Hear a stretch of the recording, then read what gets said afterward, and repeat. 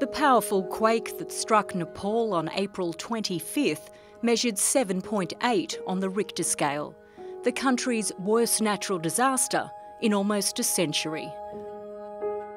Almost 9,000 people were killed, 500,000 homes destroyed. The beautiful mountain kingdom reduced to rubble. To know that we were there a few days before this hit and walking around some of those historic sites that are now just piles of rubble, it sort of shakes your self-belief in some ways. And the first thing you think of is all those people that you'd met and how many of them were in danger and all the problems they have. And you know how poor they are, so you know there's just nothing to support them.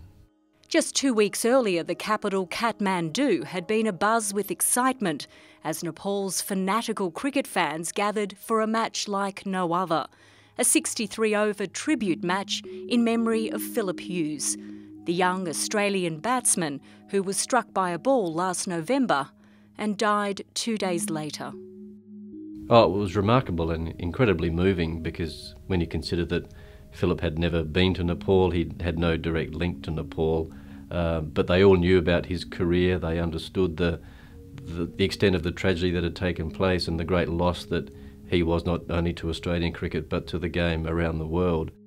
Brought a tear to my eye, actually, you know, to have a very, very poor country offering, you know, a wonderful thought, you know, to say, well, we'd like to play a game in memory of Phillip, and then take his cricket kit, his bat and his shirts to the top of the world.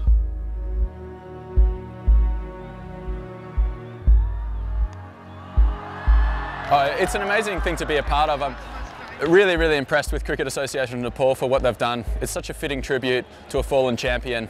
This ground was just packed inside, and it was like the old photos of the West Indies outside, you know, people sitting on roofs and up trees and sort of peering over the fence, you know, and they were everywhere.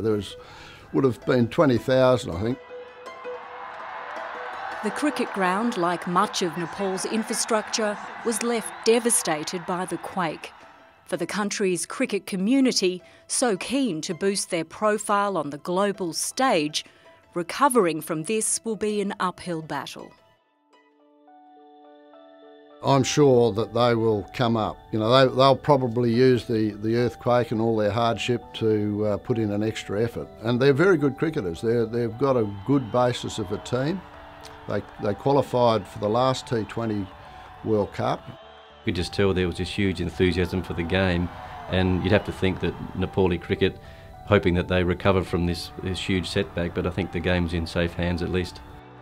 Brick by brick, the tiny kingdom of Nepal is rebuilding. Schools and historic sites have been reopened, but it will take years and billions of dollars. From an Australian cricket point of view, we're going to do some fundraising and try and rebuild or build on their new cricket ground. Obviously, the world has to come to their aid because they've got no hope otherwise. Still, the stories of courage and resilience continue to inspire.